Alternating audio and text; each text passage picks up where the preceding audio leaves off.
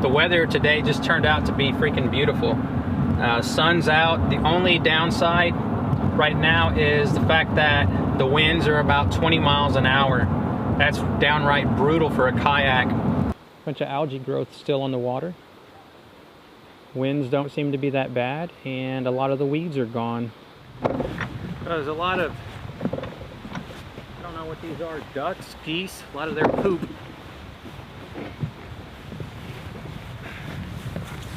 There we go. Now we're hitting some open water. Got away from all the algae and the weeds. Even though you can't see them, they're there. I've only been here one other time, and that was during the springtime. It was really hard to fish because there was a lot of lilies, a bunch of matted up grass. Just very, very hard to fish.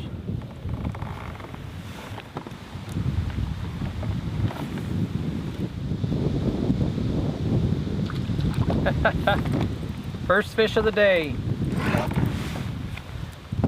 Little bitty bass. Uh-oh. Inside the Mirage drive well. Let's hurry up and get him out.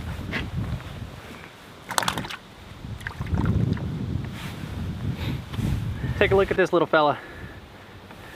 Feisty. About 6 inches. Let's get him back in the water. This is what I love about kayak fishing.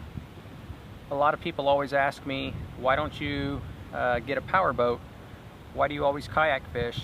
For one, it's the ease of use, getting the kayak to and from the water. Being able to access a small pond like this, I can just throw the plastic boat right in the back of my bed of the truck and get to small ponds like this that are local, close to the house, and I'm fishing in no time. To me, it's just the way to go, in my opinion. Super easy to get to the water, super easy to maintain, and sky's the limit on what you want to outfit your rig with. I've got an idea. There's a lot of leaves that have blown on off the trees, and they're laying on top of the water.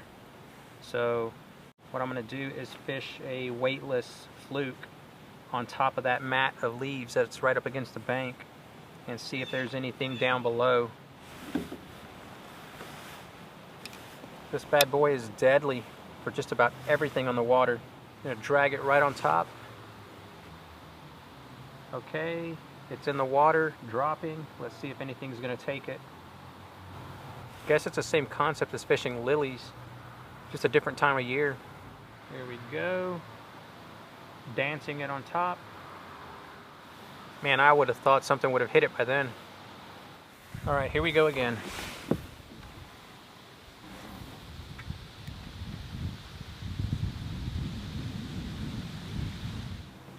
And nothing. I want to fish a crankbait really bad, but there's just so much debris in the water that I'd spend the majority of my time taking off leaves and everything every cast. Tons of mud, lots of weeds. No fish. Oh my goodness. Nothing but weeds. If we had a vegetarian out here, they'd be happy. Alright, that's the last cast with the ultralight crank.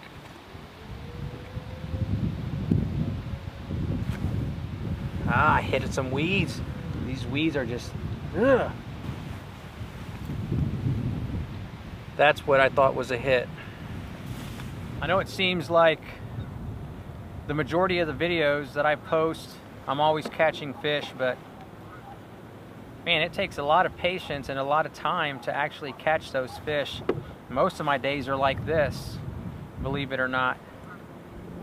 Trying to hook into something, trying my best to locate the fish, and then editing out hours and hours of footage of me complaining about catching weeds, me complaining about the wind, me complaining that it's too cold, complaining about the rain, complaining that the sun is in my face.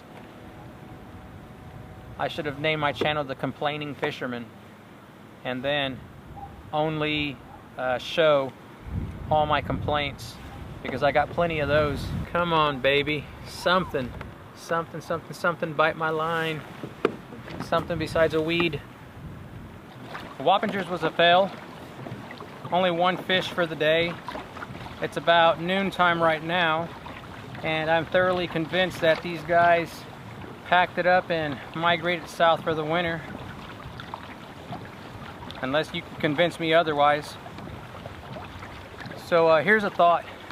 Any of you guys that are from the New York area, specifically this Wappingers Falls, if you've ever fished this lake before during this time frame, leave a comment below on what I possibly should have used. I only used a weightless fluke, a tiny crankbait, Roadrunner, a micro chatterbait, and a paddle tail.